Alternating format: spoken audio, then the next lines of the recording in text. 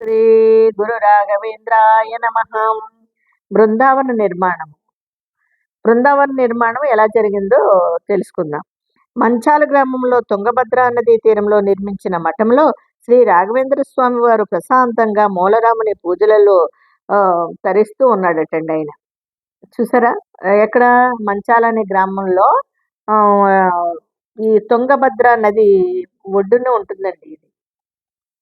అక్కడ స్వామి రాఘవేంద్ర స్వామి ప్రశాంతంగా మూలరాముని పూజించుకుంటూ ఉన్నారట. ప్రకా యథాతథంగా యథాప్రకారంగానే పండితులను భక్తులను ఆదరిస్తూ కాలము గడపసాగారు. స్వామివారికి ఒక రోజున ఈ భౌతిక ప్రపంచాన్ని వదిలివేయాలని సంకల్పం కలిగిందట ఆయనకి.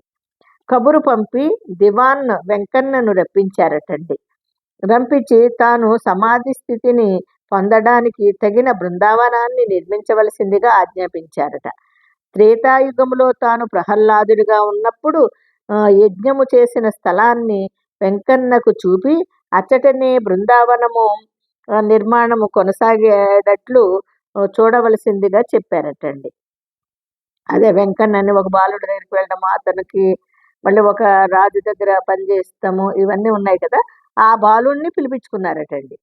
పిలిపించుకుని నాకు ఇలాగా నాకు బృందావనాన్ని రెడీ చేసేయి, నేను త్రేతాయుగంలో తాను ప్రహ్లాదుడు అవతారం ఎత్తాడు కదండి. ఆ అవతారం ఉన్నప్పుడు యజ్ఞము చేసిన స్థలాన్ని వెంకన్నకు చూపించి అచ్చటనే బృందావన నిర్మాణం కొనసాగాలని చూడవలసిందిగా చెప్పారట. శ్రీవారి ఆజ్ఞ మేరకు దివాన్ వెంకన్న సుందరమైన ఒక బృందావనాన్ని నిర్మించాడటండి. కానీ ఆ బృందావనము ఎందువల్లనో స్వామివారికి నచ్చలేదు.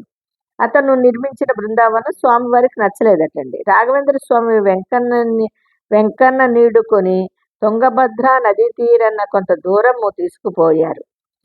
మాధవ తీర్థము అంటే మహాద్వారము అనే చోటనున్న ఒక పెద్ద శిలను చూసి దీనితో తన బృందావనాన్ని నిర్మించమని, ఇంతకు ముందు నిర్మించినది శ్రీ వాదీంద్రులకు ఉపయోగపడగలదని చెప్పారటండి.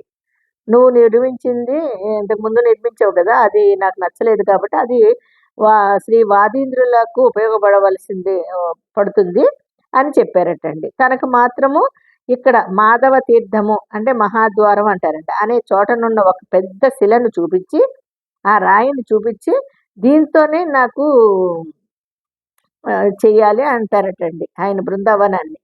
కాబట్టి పూర్వకాలాల్లో అంటే త్రేతాయుగంలో శ్రీరామచంద్రుడు లక్షణ సహితంగా అక్కడికి వచ్చి తుంగభద్రలో స్నాన సంధ్యాదుల అనుష్ఠానము నిర్వర్తించుకుని 7 గడియ కాలంలో అంటే అక్కడ 2x48 అంటే 7 గడియల కాలంలో ఆ శిలపైన విశ్రాంతి పొందారటండి ఆయన రాముల వారు. తనకు ఆశ్రయం ఇచ్చిన ఆ శిల 700 సంవత్సరాలు పూజింపబడవలెనని. చూడండి, మొన్న చెప్పుకున్నాం కదండి మనం. ఒక 3 గురువుల చేత ఆయన జాతకాన్ని తెప్పించుకుంటే 7 సంవత్సరాలు అంటే 700 సంవత్సరాలని చెప్పారు కదా. ఆ శిల 700 సంవత్సరాలు పూజింపబడవలెనని శ్రీరాముడు శిలకు వరం మొసంగుట తమ దివ్య జ్ఞానముచే గ్రహించిన స్వామివారు, చూడండి ఆయన ఎలా గ్రహించాడు, అది ఎందుకు ఆ రాయిని తీసుకెళ్ళి చూపించి ఇదే నాకు ఉపయోగపడుతుంది అని నా బృందావనానికి అని చెప్పి దాన్ని 700 సంవత్సరాలని చెప్పారు కదండి మూడో గురువు గారు ఆ రోజు. అదే విధంగా 700 సంవత్సరాలు పూజింపబడవలెనని శ్రీరాముడు శిలకు వరమొసంగాడటండి. వరమిచ్చారట ఆయన ఆ శిలకి. అందుకని తమ దివ్య తేజస్సుతో దాన్ని కనిపెట్టి ఆయన స్వామివారు ఆ శిలతోనే తన బృందావనాన్ని నిర్మించాలని చెప్పారండి.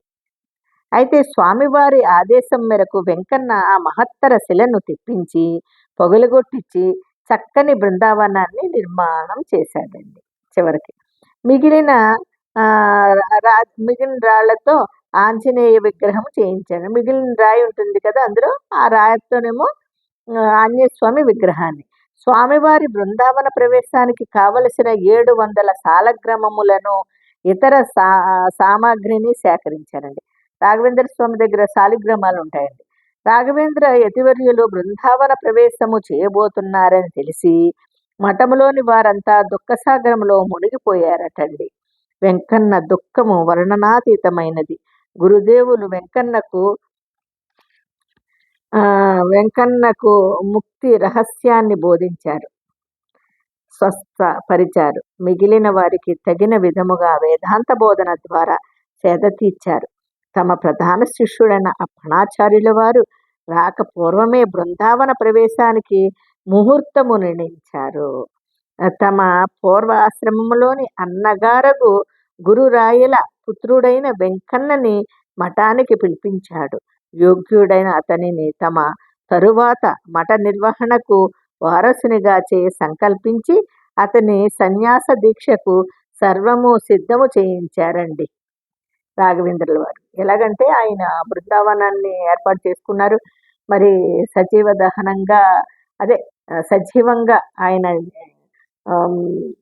సమాధి అవుతున్నారు కాబట్టి నిజంగా తట్టుకోవడం కష్టమే. ఆయన్ని అమితంగా ఆరాధించి ప్రేమించి భక్తి శ్రద్ధలతో ఉన్న వాళ్ళకి చాలా బాధపడ్డారంటండి. ఆయన చుట్టూ ఉన్న అందరినీ కూడా చక్కగా ఓదార్చి మంచి మాటలు చెప్పి వాళ్ళకి ఆ వెంకన్నకు మాత్రము చూడండి ఎంత మంచి ముక్తి రహస్యాన్ని బోధించారంటండి ఆయనకి, ఆ వెంకన్న అనే ఆ కురవాడికి. ఆ తర్వాత సన్యాసత్వాన్ని ఇవ్వడము, అతను సన్యాస దీక్షలో స్వామివారి సేవ చేసుకునేలాగా ఆయనకి ఎక్కడ ఎవరు అదే అంటారండి, ఎక్కడ మనము సత్సంగాలు అవి చేస్తూ ఉంటారు కదా, చేసినప్పుడు వినాలి అనేది. ఎందుకంటే అందులోని ముత్యాలు ఉంటాయి, రత్నాలు ఉంటాయి, మణులు ఉంటాయి. ఇవి ఎవరికి నచ్చిన వాళ్ళు ఏరుకోవాలి. ఆ యొక్క స్థితిలో మనము దాన్ని వినడం వల్ల అలాంటివి మనకు లభ్యమవుతాయి. అలాగే ఆ స్వామి దగ్గర ఉండే శిష్య బృందం కూడా ఎంత పుణ్యం చేసుకుంటేనే కదండి వారు ఆ స్వామి వారికి పాత్రులయ్యారు కదా. మనం ఇప్పుడు బాబా గారిని మనము ప్రతి ఒక్కరము ఈ విధంగా భక్తి శ్రద్ధలతో ఆయనకి అంకిత భావంతో మరి ఎంత ప్రేమతో ఉంటున్నారు భక్తాదులు. అలా ఉండాలండి. అలా ఉన్నప్పుడే కదా ఆ గురులు మనకి ఆశీర్వాదాలు అందజేస్తూ ఉంటారు. ఇంకా వాళ్ళు తిరుగులేదండి. నమ్మితే గురువు గారిని అలాగా అంకిత భావంతో వాళ్ళ పాదాలని గట్టిగా పట్టుకుంటే మనకి ఇంకేం కావాలండి ఈ మానవ జన్మకి. ఇలాంటి ఈ యొక్క గురువులు ఉన్నారండి మన ఈ కలియుగంలో. అందుకని అన్నారు కదా బ్రహ్మ కూడా, గురు భక్తుల జోలికి మాత్రం వెళ్ళకు అన్నాడు కలిపురుషుడితో. ఆ విధంగా ఎవరైతే గురువులు పాదాలని గట్టిగా పట్టుకుంటారో వాళ్ళకి కలి ప్రభావం అనేది అంటదండి. ఇది 100% కరెక్ట్ అండి. మరి రేపొద్దున కలుసుకుందామా? అంతవరకు అందరికీ జై గురు రాఘవేంద్రాయ నమః.